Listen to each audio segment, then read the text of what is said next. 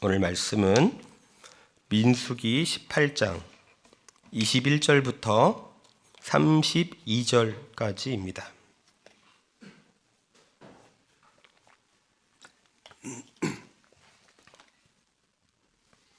민수기 18장 21절부터 32절까지 조금 긴데요. 다 같이 한 목소리로 봉독하도록 합니다.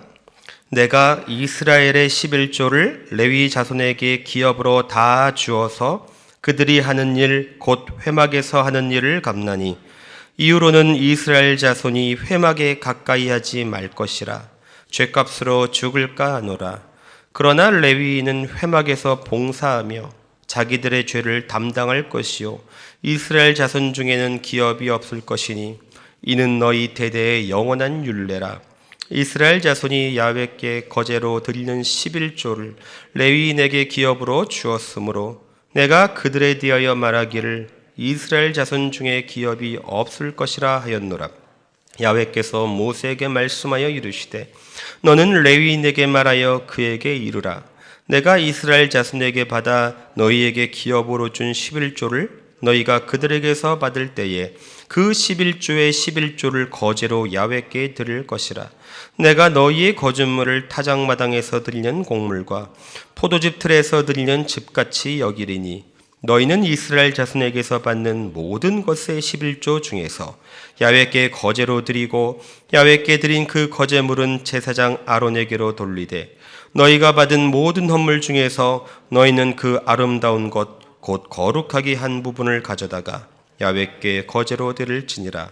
이러므로 너는 그들에게 이르라. 너희가 그 중에서 아름다운 것을 가져다가 드리고 남은 것은 너희 레위인에게는 타작마당의 소출과 포도즙 틀의 소출같이 되리니 너희와 너희의 권속이 어디서든지 이것을 먹을 수 있음은 이는 회막에서 일한 너희의 보수임이니라. 너희가 그중 아름다운 것을 받들어 드린즉 이로 말미암아 죄를 담당하지 아니할 것이라. 너희는 이스라엘 자손의 성물을 더럽히지 말라. 그리하여야 죽지 아니하리라. 아멘. 오늘 읽은 말씀은 결국 11조에 대한 이야기입니다. 그래서 오늘 11조에 대한 이야기를 하려고 하는데 11조에 대해서 여러 가지 논란들과 이제 생각들이 있습니다. 예를 들어서 먹고 사는 게 이렇게 힘든데 11조를 과연 해야 되는가? 빚이 있고 대출이 이렇게 힘든데 허덕이고 있는데 11조를 꼭 해야 되는가? 아니면 율법이 완성된 시대를 살고 있는데 율법의 다른 것은 다 안 지키면서, 예를 들어 우리는 돼지고기를 먹죠. 율법의 다른 것은 안 지키면서 그 율법 안에는 11조는 지켜야 되는 것인가? 뭐 그런 생각들과 논란들이 있습니다. 그래서 오늘 제가 11조의 의미를 밝힘으로써 여러분들이 스스로 답변을 할 수 있는 그런 답변을 할 수 있도록 하는 그런 시간을 좀 가져보려고 합니다. 자, 오늘 말씀을 보면 모세 시대의 레위인들은 기업이 없습니다. 하나님께서 기업을 주시지 않습니다. 그래서 하나님의 일에 헌신을 하고 봉사를 하다 보니까 그 생계가 어렵습니다. 그래서 레위인들의 생계의 문제를 하나님께서 이제 율법으로 이제 해결을 하십니다. 이스라엘 백성들 그 전체의 11조를 거두어서 이제 레위인들의 생계를 책임지게 하시죠. 그리고 레위인들도 11조를 또 내게 하셨습니다. 그래서 레위인들이 낸 11조를 가지고 누구의 생계를 책임지냐면 이제 제사장 아론의 생계를 이제 책임지게 하셨습니다. 근데 여러분 생각해 보시면 제사장 아론은 왜 성전에서 무슨 일을 하죠? 그리고 레위인들은 성전에서 무슨 일을 하죠? 결국은 레위인들과 제사장 아론의 존재의 목적은 성전을 유지하고 성전에서 제사를 드리는 데 있어서 필요한 인력들이에요. 그러니까 레위인들의 11조를 통해서 레위인들의 생계를 책임지게 하고 아론의 생계를 책임지게 하는 궁극적인 목적은 뭐냐? 성전 시스템을 유지하고 제사 시스템을 유지하기 위한 목적을 가집니다. 그래서 오늘 말씀 민수기 18장에서 말하는 11조의 특징은 제사에 묶여있는 11조를 말하는 거예요. 이 율법으로 명하고 있는 이 11조는 성전과 묶여있는 11조를 말하고 있음을 너무나도 쉽게 알 수 있죠. 그런데 예수님께서 이제 이 땅에 오셨어요. 그리고 예수님께서 이 땅에 오시고 나서 이런 말씀이 있습니다. 성령이 너희 안에 거하시면 너희가 성전이다. 그러면서 AD 70년에 하나님께서 예루살렘 성전, 눈에 보이는 예루살렘 성전을 무너뜨리십니다. 눈에 보이는 예루살렘 성전을 무너뜨리신 이유는 이제는 하나님의 백성을 성전 삼기 위해서 무너뜨리신 거예요. 자, 그러면 예루살렘 성전이 무너졌습니다. 그럼 거기서 제사가 드려집니까? 제사가 드려지지가 않죠. 그러면 레위인들이 필요합니까? 레위인들이 필요하지가 않죠. 대제사장이 필요하지가 않죠. 성전이 무너지니까 제사가 무너지고 그러니까 레위인들이 필요가 하지 않으니까 그러면 성전 시스템을 유지하기 위한 11조도 같이 무너지는 거예요. 제사를 유지하기 위한 11조도 같이 무너집니다. 성전과 묶여있는 11조, 제사와 묶여있는 11조, 율법과 묶여있는 11조는 예루살렘 성전이 무너지면서 같이 무너진다는 거예요. 근데 문제는 뭐냐면 성경은 성전에 묶여있는 11조만 말하고 있지 않는다는 거예요. 그게 어디냐면 창세기 14장입니다. 여러분 창세기 14장에 성전이 있습니까? 없어요. 창세기 14장에서는 하나님의 율법이 주어졌습니까? 주어지지 않아요. 그럼에도 불구하고 거기 11조가 나온단 말이에요. 무슨 뜻입니까? 성전에 묶여있는 11조에 대한 이야기가 있지만 또한 성전과 상관이 없는 성전 밖에, 율법 밖에, 제사 밖에 있는 11조도 성경은 말하고 있다는 것입니다. 자, 창세기 14장 내용을 좀 보면 아브라함이 이제 자기의 조카 롯을 구해가지고 돌아오는 길에 멜기세덱을 만납니다. 근데 이 멜기세덱이 손에 뭐를 들고 있어요. 뭘 들고 있죠? 떡과 포도주를 들고 있어요. 여러분 떡과 포도주 우리 언제 합니까? 매월 첫째 주에 성찬 때 하죠. 그러니까 멜기세덱은 누구를 의미하는가 하면 예수님을 의미하는 거예요. 그러니까 멜기세덱이 예수님을 상징하기 때문에 멜기세덱이 무슨 말을 하는지를 잘 들어봐야 됩니다. 자, 멜기세덱이 아브라함에게 무슨 말을 하냐면 창세기 14장 그가 아브라함에게 축복하여 이르되 천재의 주제이시오 지극히 높으신 하나님이요 아브라함에게 복을 주옵소서. 너희 대적을 네 손에 붙이신 지극히 높으신 하나님을 찬송할지로다. 하나님을 찬송할지로다 하매 아브라함이 그 얻은 것에서 10분의 1을 멜기세덱에게 주었더라 이렇게 나옵니다. 자, 이게 쉽게 말하면 무슨 뜻이냐? 멜기세덱이 아브라함에게 한 말은 이것입니다. 하나님이 너에게 승리를 주셨다. 하나님이 너에게 복을 주셨다. 하나님이 아브라함 너의 삶을 주관하고 계신다. 하나님이 아브라함 너의 삶을 통치하신다. 아브라함 네가 이 사실을 인정한다면 하나님을 찬송해라 이렇게 얘기한 거예요. 그러니까 아브라함이 그 얘기를 듣고 어떤 행동을 했다고요? 자기의 10분의 1, 11조를 드렸다는 거예요. 자, 그러면 아브라함은 무슨 의미로 11조를 했겠습니까? 너무 쉽죠. 하나님이 내 삶을 통치하십니다. 하나님이 내 삶을 주관하십니다. 하나님이 나에게 승리를 주셨습니다. 하나님이 내게 복을 주셨습니다. 라는 신앙 고백으로서 11조를 드렸음을 우리가 알 수 있습니다. 그러니까 여러분 11조는 성경에서 크게 두 가지로 나눌 수 있을 것 같습니다. 하나는 뭐라고요? 성전에 묶여있는 11조가 얘기를 하고요. 그러나 창세기 14장을 보니까 성전과 상관없이 신앙 고백으로서의 11조를 성경은 말하고 있다는 것입니다. 11조를 우리는 조금 착각한 게 있어요. 11조는 10분의 1이다 이렇게 생각을 하는데 그렇지 않습니다. 11조는 10분의 1을 말하는 것이 아니고 11조란 뭐냐?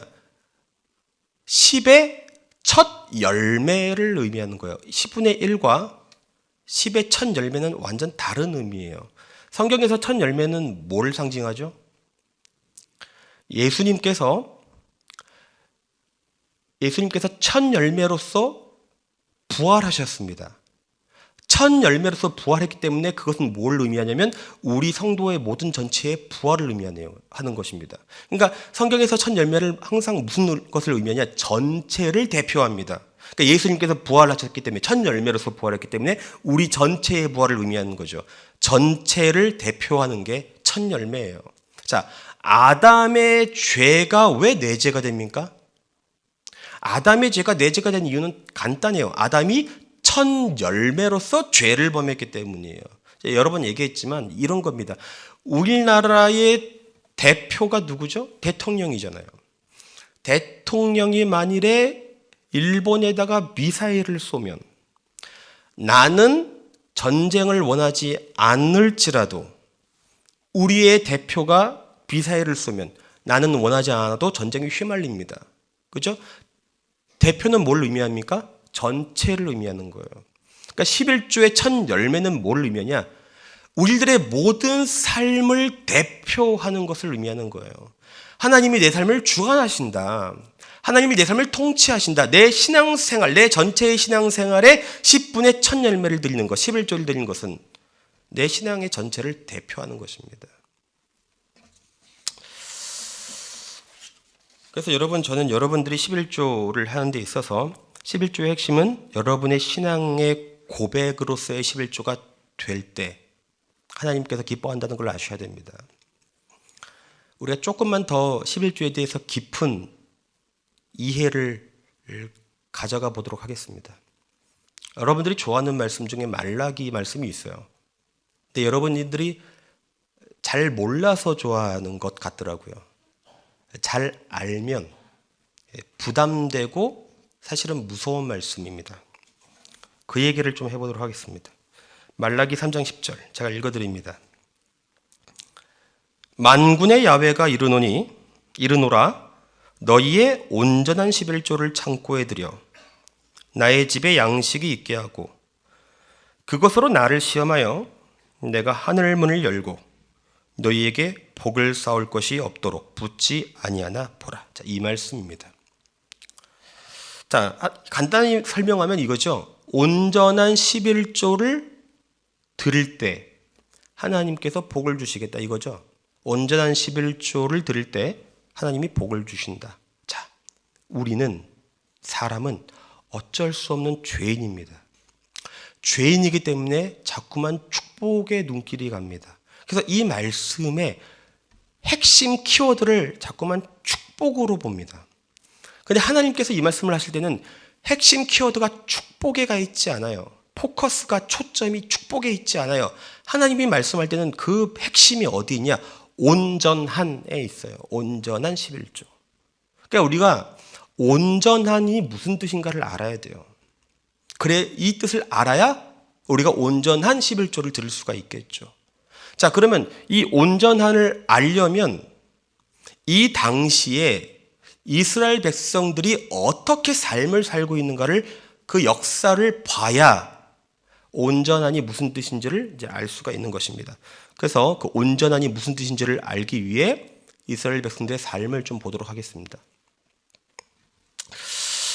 이스라엘 백성들의 목적, 인생의 궁극적인 목적은 뭐냐?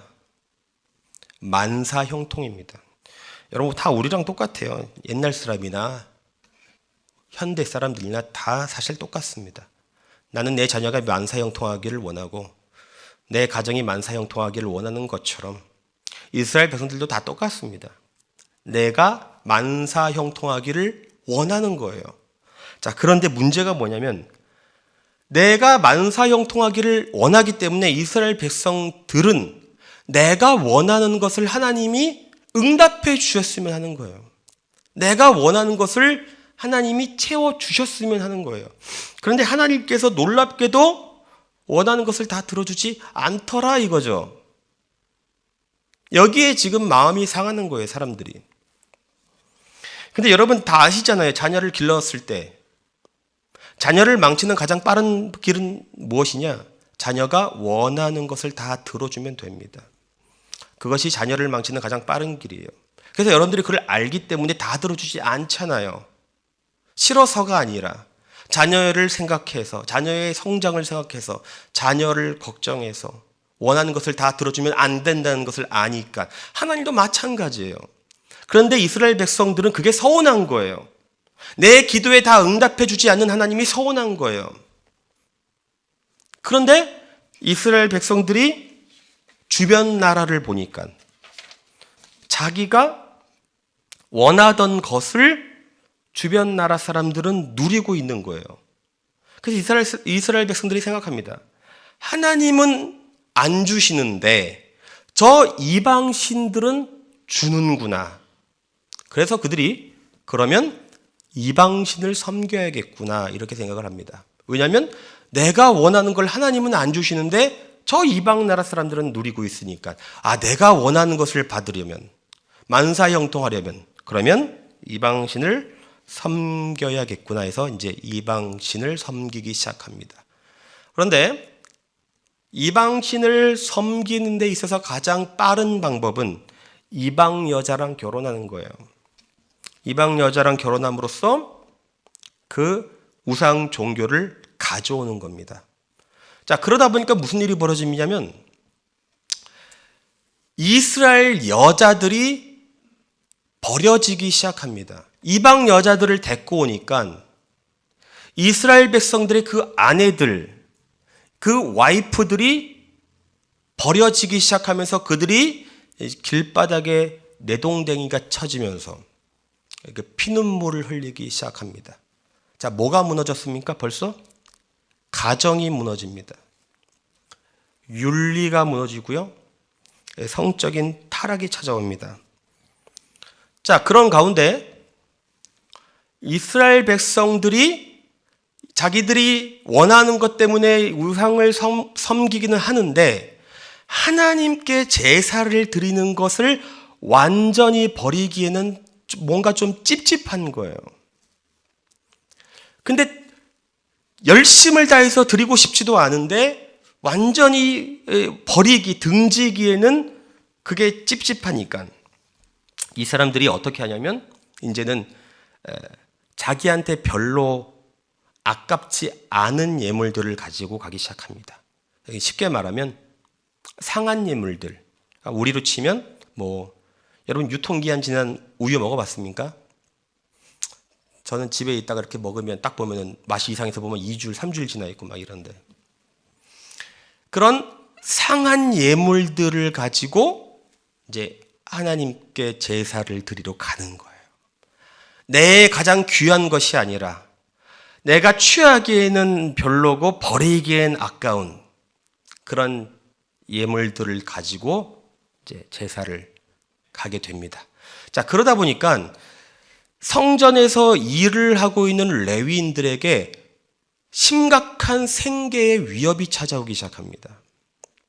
그래서 이 사람들이 나 힘들어서 못 해먹겠다 이러면서 대거 도망가기 시작합니다. 근데 레위인들이 다 도망가진 않고 일부가 남아요. 근데 이 일부가 남아서 이제 이스라엘 백성들이 그 상한 예물들을 가지고 왔을 때 이것마저 안 받으면 자기들은 굶어야 되기 때문에 사실은 냉정하게 객관적으로 보면 이거는 탈락인데 이 제물로는 절대로 예배를 드릴 수 없고 제사를 드릴 수 없는데 눈 감아주기 시작합니다. 이것마저 안 받으면 굶어야 되니까. 그래서 사실은 컷을 해야 되는데 컷을 못해요. 그래서 그걸 다 받아주기 시작합니다. 그러면서 뭐가 생각하죠?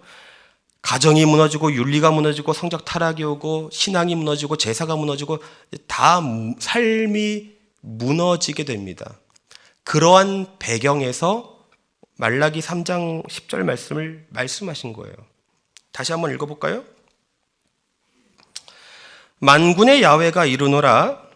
너희의 온전한 11조를 창고에 들여 나의 집에 양식이 있게 하고 그것으로 나를 시험하여 내가 하늘문을 열고 너희에게 복을 쌓을 곳이 없도록 붙지 아니하나 보라.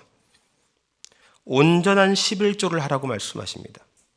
여기서 온전한 11조는 뭐겠습니까? 너의 지금 삶이 다 무너졌잖아요. 신앙이 다 무너졌잖아요.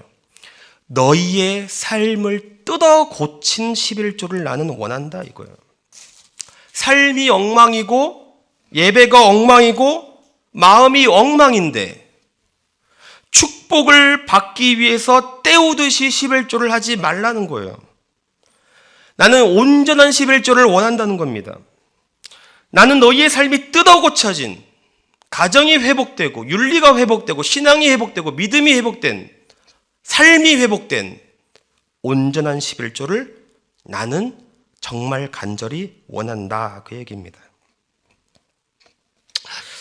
예레미야 7장을 제가 한번 읽어드립니다. 예레미야 7장. 보라, 너희가 무익한 거짓말을 의존하는도다. 여기서 이제 거짓말은 무슨 뜻인지 알게 될 겁니다. 거짓말을 의존하는도다. 너희가 도둑질하며 살인하며 간음하며 거짓 맹세하며 바알에게 분향하며 너희가 알지 못하는 다른 신들을 따르면서 내 이름으로 일컬음을 받는 이 집에 들어와서 성전에 들어와서 내 앞에 서서 말하기를, 하나님 앞에 서서 말하기를 우리가 구원을 얻었나이다 하느냐? 이는 이 모든 가증한 일을 행하려 함이로다. 내 이름으로 일컬음을 받는 이 집에 들어와서 내 앞에 서서 말하기를 우리가 구원을 얻었나이다 하느냐? 여러분 잘 보십시오. 이스라엘 백성들이 하나님 앞에 나가서 제사를 드립니다. 예배를 드립니다. 그런데 하나님께서 말씀하신 것은 이거예요. 너희가 제사를 드리고 있는 것을 가지고, 너희가 예배를 드리고 있는 것만 가지고 자기 스스로를 속이지 말라는 거예요. 여러분, 제사라는 게 뭐죠? 예배라는 것이 뭘 의미하는 겁니까? 저는 이렇게 생각합니다. 예배란 나와 하나님과의 관계의 회복을 의미한다고 생각합니다. 제사란 하나님과 나의 관계의 회복을 의미합니다. 자, 그러면 제사와 예배가 나와 하나님, 하나님과 나의 관계의 회복, 하나님과 나의 관계의 정상화를 의미한다면, 정말 내가 하나님과 나의 관계가 회복된 신앙이라면 반드시 그 삶에서 증상이 나타날 거예요. 증상, 열매. 어떤 열매요? 사랑, 정의, 공의. 요한복음 15장에 보면 예수님께서 말씀하십니다. 나는 포도나무요, 너희는 가지라. 너희가 나에게 붙어 있으면 열매를 맺으리라. 가지가 나무에 붙어 있다는 것이 뭡니까? 하나님과 나의 관계가 회복되었다면, 하나님과 나의 관계가 정상화되었다면 열매를 맺으리라. 어떤 열매요?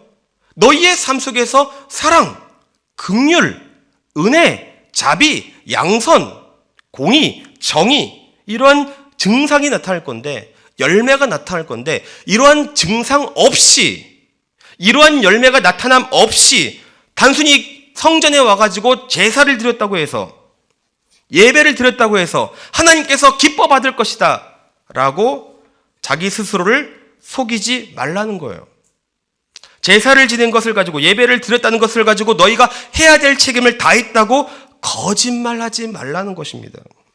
주님은 말씀하십니다. 나는 그런 제사 받지 않는다. 그런 예배 받지 않는다. 그런 11조를 받지 않는다. 하나님께서 받고 싶어하는 예배는 무엇이냐? 온전한 예배, 온전한 제사, 온전한 11조. 우리의 삶이 뜯어 고쳐져서 증상이 있는, 열매가 있는, 가정이 회복되고 윤리가 회복되고 사랑과 공의와 긍휼과 자비의 증상과 열매가 나타나는 그러한 제사를, 그러한 온전한 예배를, 그런 온전한 11조를 나는 받기를 원한다 라고 하나님께서 말씀하시는 것입니다. 11조라고 하는 것은 돈의 문제가 아닙니다. 11조의 핵심은 뭐냐? 하나님을 내가 얼마나 사랑하는가에 달려 있습니다. 여러분, 우리가 자녀를 정말 사랑하면 자녀에게 쓴 돈이 아깝지가 않습니다. 대출이 있고 빚이 있고 형편이 어려워도 어떻게 해서든지 자녀를 위해서 돈을 마련합니다. 핵심은 이거예요. 사랑하면 다 그렇게 됩니다. 나는 안 먹고 나는 안 입을지라도 어떻게든지 자녀들은 좋은 옷 입히고 어디 가서 기죽지 말라고 좋은 거 먹이고 좋은 거 주고 학비를 보탭니다. 우리가 자녀를 사랑할 때 핵심은 계산하지 않습니다. 내가 정말 하나님을 사랑하면 계산하지 않습니다. 저는 여러분들에게 11조를 하면 하나님께서 축복해 주실 거라고 얘기하고 싶지가 않습니다. 왜? 이유가 있습니다. 하나님께서 11조를 하면 축복을 한다고 얘기를 하면 무슨 일이 벌어지냐면 그 축복을 계산하기 시작합니다. 근데 계산해서 드리는 거에는 여러분 아시잖아요. 내가 뭔가를 계산해서 누군가를 대접할 때 거기엔 감사가 없어요.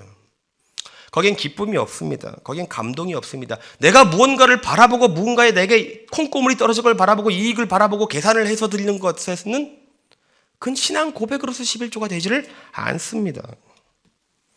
여러분, 하나님은 우리와 거래하시는 분이 아닙니다. 하나님은 이미 우리에게 가장 큰 복을 주셨습니다. 독생자를 주셨습니다. 구원을 주셨고요. 은혜를 베풀어 주셨습니다. 11조는 무엇입니까? 그 받은 은혜에 대한 신앙 고백이고 감사의 고백입니다.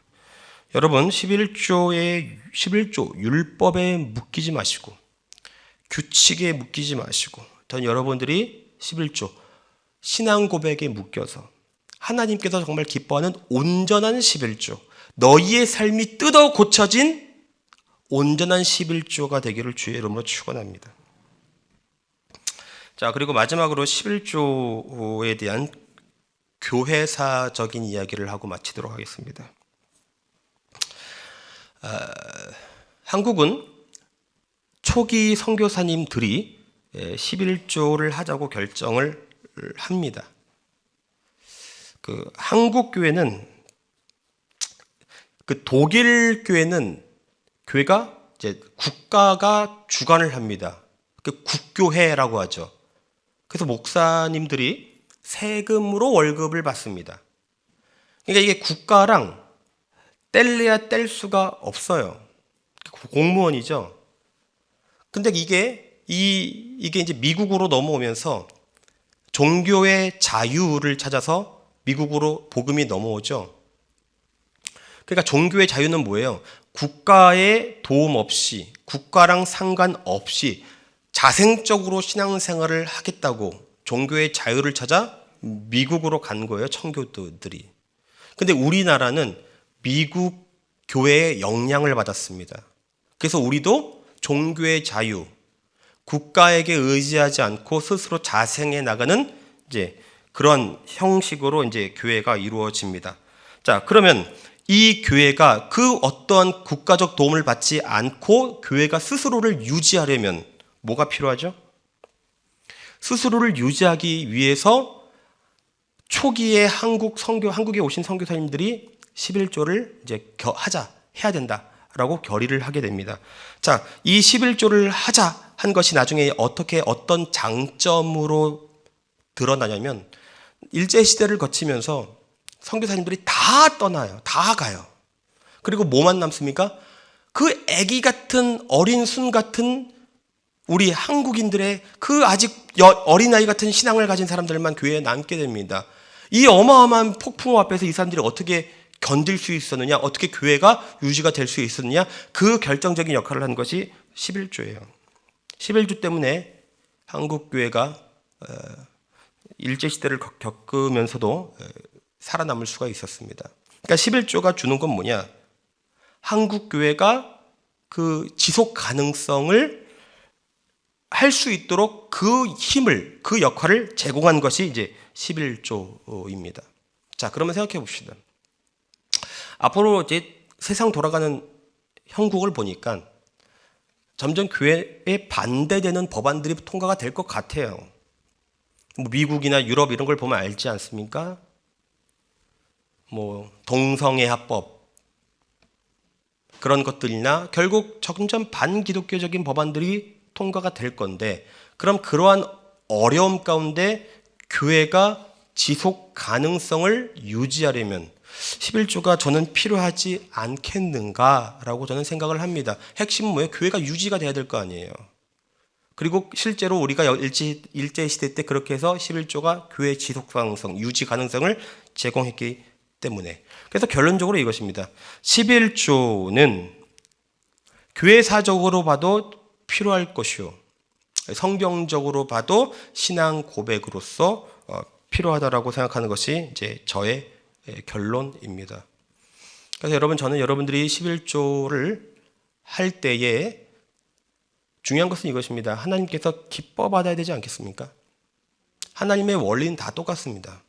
헌금을 할 때에도 주님이 이렇게 말씀하십니다. 그냥 헌금을 하라고 말씀하지 않습니다. 용서할 사람이 있고 용서받아야 될 사람이 있으면 가서 관계가 회복되고 헌금을 해라. 무슨 얘기예요? 삶을 고치고 삶이 회복된 헌금을 나는 기뻐받는다, 그 얘기잖아요. 여러분들이 11조가 기뻐받기를 원합니다. 근데 어떤 11조여야 된다고요? 온전한 11조. 하나님이 봤을 때 우리의 삶을 보시는데 그 삶이 회복되고 뜯어 고쳐진, 그래서 증상이 있는 하나님과 나의 관계가 정말 회복되었다면 사랑, 정의, 공의, 긍휼, 원수를 사랑하고 이런 증상과 열매가 있는 11조, 주님 그 11조 기뻐 받으십니다. 점점 아멘이 작아집니다. 저는 여러분의 11조가 기뻐 받게 되기를 주의 이름으로 축원합니다. 기도합시다. 하나님 아버지, 오늘도 말씀을 듣게 하심을 참 감사합니다. 오늘 말씀이 거울이 되어서 내 삶을 돌아보기를 원합니다. 주님, 정말 내 삶 가운데 나의 의의가 있습니까? 아니면 정말 하나님과 나의 관계 속에서 증상과 열매가 있습니까? 주여 지혜와 명철을 줘서 깨닫게 하시고 잘못된 것을 고치고, 하나님 내가 잘못된 길을 가고 있다면 돌이키고, 그래서 원수일지라도 정말 하나님이 기뻐하는 일을 사랑할 수 있는, 그래서 우리의 삶이 우리의 삶의 전체가 하나님께 흠양되어질 수 있도록 주여 인도하여 주옵소서. 감사함이 예수님의 이름으로 기도합니다. 아멘. 하늘에 계신 우리 아버지여, 이름이 거룩히 여김을 받으시오며 나라가 임하시오며 뜻이 하늘에서 이루어진 것 같이 땅에서도 이루어지이다. 오늘 우리에게 일용할 양식을 주시옵고 우리가 우리에게 죄 지은 자를 사하여 준 것 같이 우리 죄를 사하여 주시옵고 우리를 시험에 들게 하지 마시옵고 다만 악에서 구하시옵소서. 나라와 권세와 영광이 아버지께 영원히 쌓옵나이다. 아멘.